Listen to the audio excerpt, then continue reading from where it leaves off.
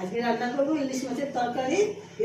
বেগুন, ইলিশ মাছের মাথা, আলু, পুঁই শাক, কাঁচা লঙ্কা, লবণ, চিনি, পাঁচফোড়ন, জিরের গুঁড়ো, তেল থেকে করেন।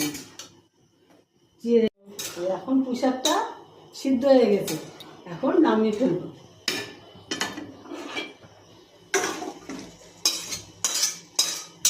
তেল দিলাম,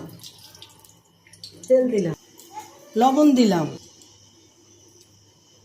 দিয়ে এটা মাখালাম আমি হলুদ লবণ দিয়ে। মাছগুলো তেলে ছেড়ে দিলাম, কড়া করে ভেজে নেব।